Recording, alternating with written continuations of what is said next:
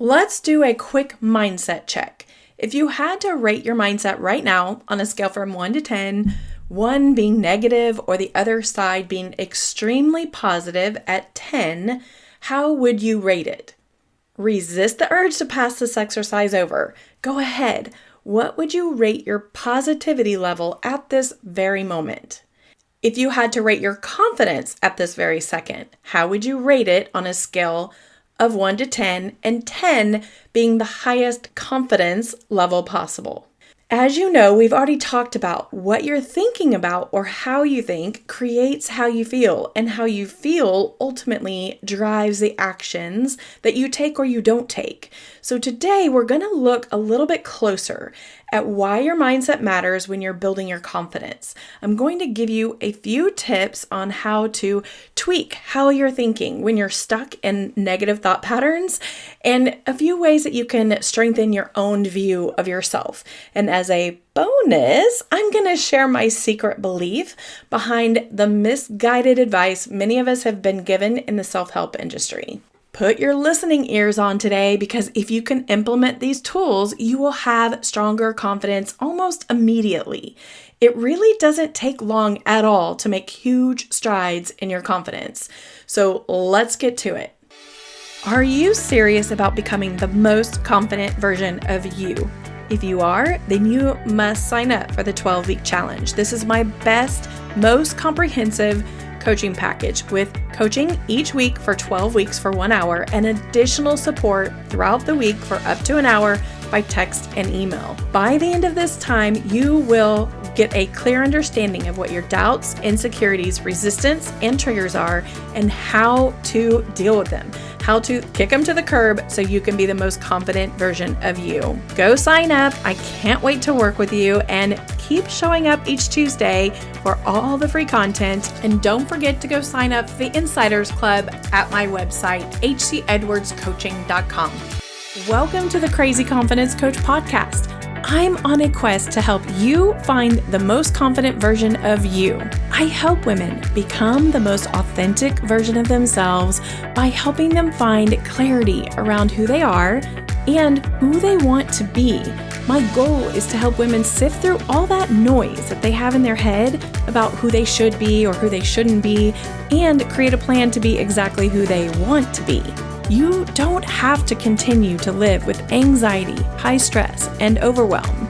You can, little by little, get back to a place of peace and live with more contentment than you ever thought possible. You don't have to merely survive day to day. There is a life waiting for you, thriving. Grab your coffee, your favorite colored pen, and a pad of paper, because we're headed out to find your confidence today. Let's check in on your rating, your positivity level, and your confidence level. Where were you? From 1 to 10, what was your positivity level? From 1 to 10, what was your confidence level? If you're currently rating yourself at a 10 for one or both, this is awesome. I want you to take note of what you're feeling right now and the thoughts that you are having right now. What thoughts are you having that are influencing how you're feeling about, or how you're rating, quote unquote, your positivity level and your confidence level? Because here's the funny thing. You may want to summon these exact thoughts and feelings up later, because when you need motivation or inspiration and you're not feeling it, you need to tap back into what are the thoughts that make you feel positive or confidence. The same is true for for the negative thoughts that you're having. Right now, write down all those negative thoughts you're having. And then the next time that you're feeling negative, think about, are these thoughts that I have regularly? Are they influencing me on a daily basis? Eventually, you can find patterns in your thoughts and what's creating negativity for you, or creating a lack of confidence for you. Your thoughts are very, very important. They ultimately create your mindset, and your mindset is absolutely impacting how you're showing up in the world, how you feel about yourself, and they have so much more power than you know. Ultimately, your mindset shapes your reality. So think about it like a pair of glasses. If you put these glasses on and you look through that lens, then the way that you're viewing the world, that mindset, it actually will either help you cultivate a positive growth mindset or a negative, nothing works for me mindset. So think about it every single morning when you're waking up and you are looking at your thoughts, and if they're positive or negative, or you're feeling good about yourself and having confidence, or if you're feeling bad about yourself, those are the glasses that you're choosing to put on to face the day with. So choose wisely. Which lens do you want to look at the world through during that day? Because that's creating your reality. And think about it this way as well, because mindset actually influences your self-talk. The thoughts that we have in our heads and that mindset, the lens we're looking through, it influences our self-talk about ourselves, which obviously impacts your confidence every single moment of the day. So pay attention to what are the things that you're saying to yourself about yourself, and what are the common ways you talk to yourself. It's fun to write those down. And if you actually stick around long enough for the next couple months, I'm going to be releasing my course. I have a short course that I'm going to be releasing all about vocabulary reset training, because I believe in it so much. It's influencing every single thing that you do every single day. So make sure to stick around, pay attention, get on my list, my email list, get on my website, get on my insiders list, so you know when the course comes out. I promise you, it will be so fun to take, and it will help you change your mindset. So mindset also determines your resilience. It means you are okay if you fail. So think about it like this. If you have something that goes wrong during the day and your mindset is not good that day, you might let something super small that goes wrong influence how you feel about everything, meaning you're not as resilient. You're falling apart at the first inkling of trouble. And you don't want to live your life that way, because life is full of twists and turns. There's so many setbacks in life that's just life. So as we grow and we become better stewards of our own minds, your mindset is going to help you be more resilient, and how you're thinking helps you become more resilient. The same exact thing can happen to 5 different people, and all 5 of those people will have an internal dialogue that is dramatically different. But that internal dialogue, the mindset that they show up with, determines how resilient they are and how they react to whatever is given to them in a given day. Mindset also impacts how you react with your body language. So it's funny, because I just watched the inauguration and I was watching all the body language throughout, and it was fascinating, let me tell you. It's so easy to look at people and their body language based on their mindset and how they are influenced by their thoughts and their mindset and what they're coming to. And what's funny about it is oftentimes you can't even control it. So it's so important to mind your mindset, to work on your mental fitness, to consider the thoughts that you have, to not manipulate the thoughts that you have, but become more in tune with them and more educated about what you want to think and how you want to be perceived by others. Your body language tells others so much about you, and you don't even realize it. And unconsciously, we're picking up on other people's body language without even realizing it. When you have a gut feeling, oftentimes, if you're sitting in a room and you have a gut feeling about something or someone, it is your gut feeling or maybe your intuition, but some of it is we are built to look at body language and interpret all these things that we aren't even aware of.